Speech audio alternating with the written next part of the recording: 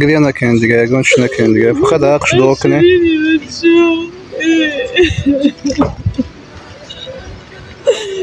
هم مشغول میشه. انشالله که بعدها یادم میکنه. ساق سلامت ای بالینسا میبریمش.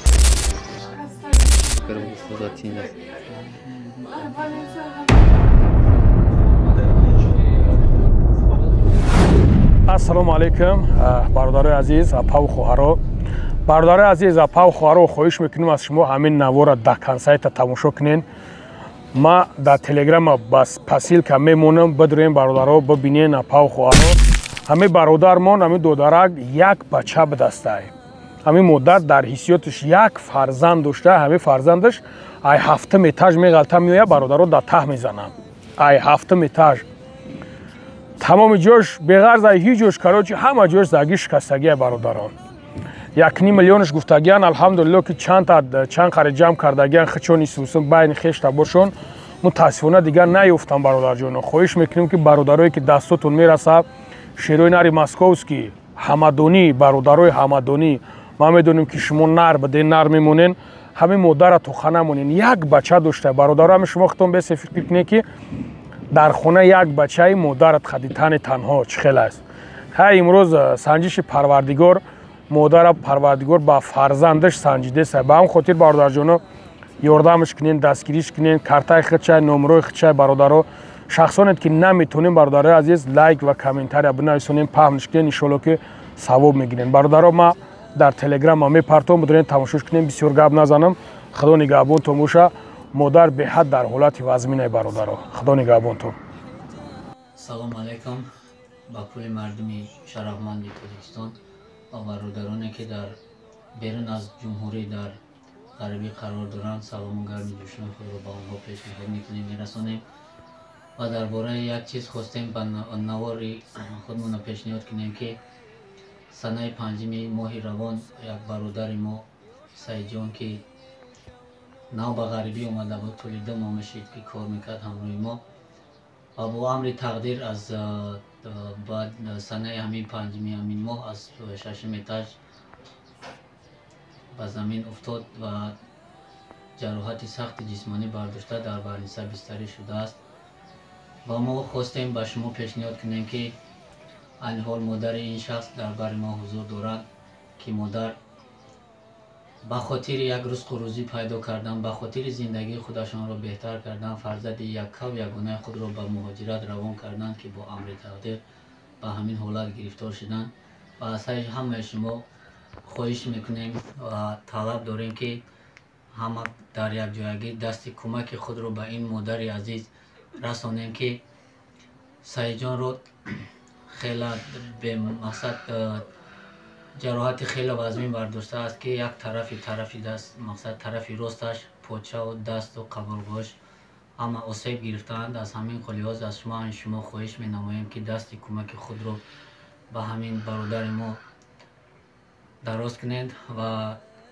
خواهش میکنیم که مادر سعید جان سخن داشته باشند بهر مردم شرفمند تاجیکستان پیشنهاد کنند و بهر غریبا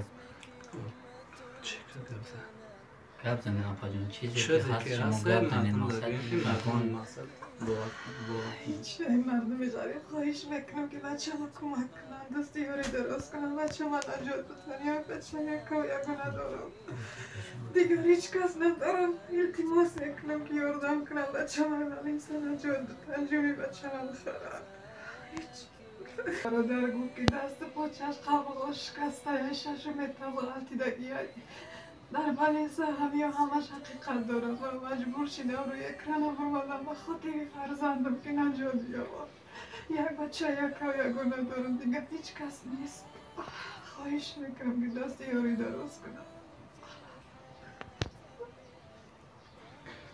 خب الان چی حالتی که بود مادر گفت از سوزش شدید همین قدر گفت زد.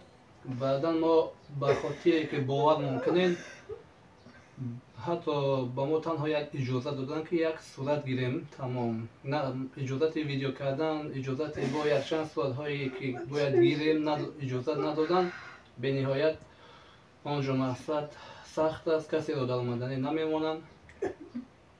از همین لحاظ اگر با خواست خدا با دستگیری شما هر کسی که چی قدری که میتواند کمک خود را رساند به این مادر، به فرزند این مادر، و کسی که نمیتواند در حقش دعاگو باشد، ما هم دعاگویم که انشاءالله خداوند ساق و سلامت از آن بلنسه با پای خودش به نزد مادرش، به نزد خویش و تبارش برآید.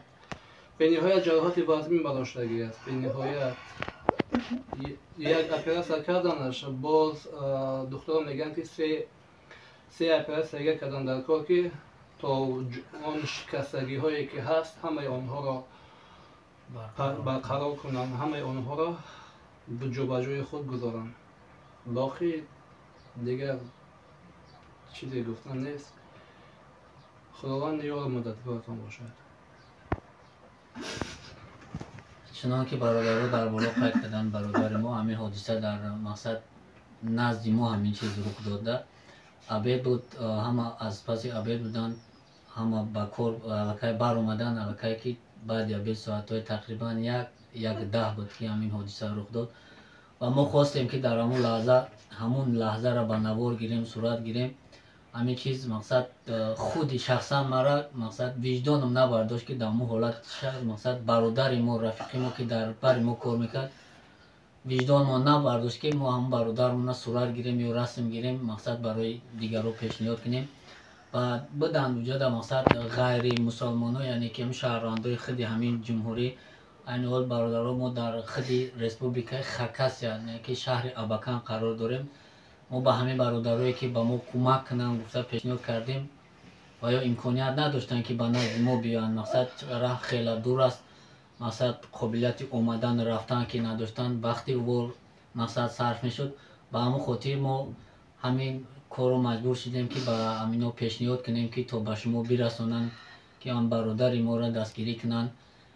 و در آخر چی گفتنی هستم که برادرها هر کسی کمک میکنه، خیر میکنه، پروردگار اجرش خودش میدهد و تا حد امکان چقدر که چند سومونه که چند روبله که مقصد زورتان میرسد میتوانید به همین برادر ما، به همین مادر یکی ما مقصد دستی کمک خود رو دراز کنید و از اجر و پاداشش به نصیب نمونید. واقعی در پناه خدا باشید. خداوند همه شما غریبان رو در پناهش نگه بدارد. زنده و سربلند باشید.